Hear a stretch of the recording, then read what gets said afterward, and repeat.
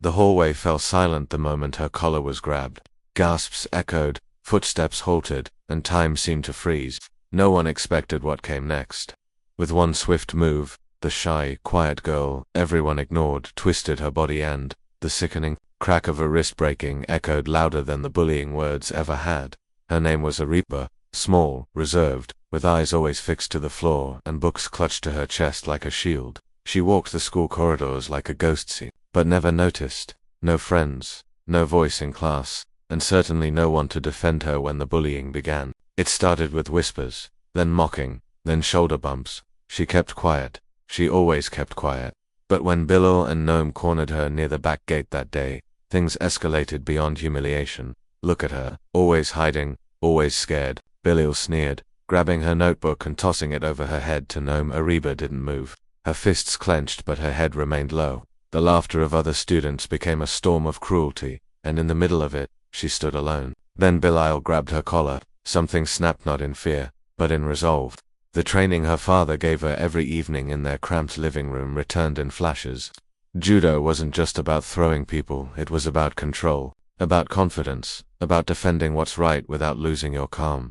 Her hands moved before her doubts could catch up, a twist, a pivot, a grip that locked Bilal's wrist with perfect precision. He screamed in agony as his wrist cracked. Under her control, Noam lunged, but she stepped aside, used his momentum, and swept him off his feet. He landed hard, gasping in pain, his wrist twisted awkwardly. It was over in less than 10 seconds.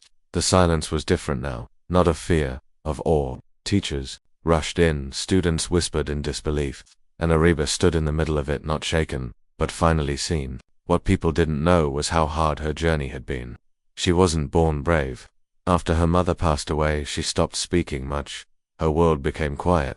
Her father, a former martial artist who gave up everything for his daughter, gently pushed her toward Judo, not as a sport, but as a lifeline. At first she resisted, but slowly the moves gave her discipline, the routines gave her focus, and the strength gave her voice back. But outside the dojo, she remained timid. She thought strength only belonged in the gym, until the day she was forced to show it. The school administration suspended the bullies and apologized to her. Her story spread. Students who once mocked her began greeting her. Some asked for self-defense tips.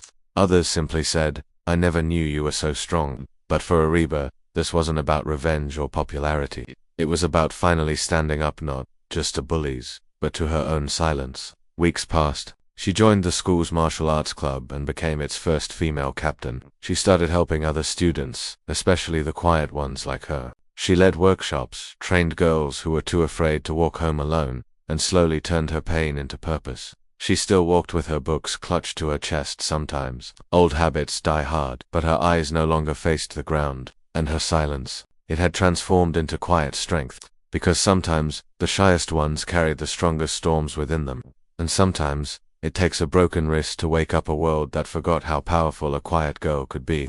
Moral: never underestimate the quiet ones. Behind every silent stare might be a story of resilience, strength, and a breaking point that turns fear into power.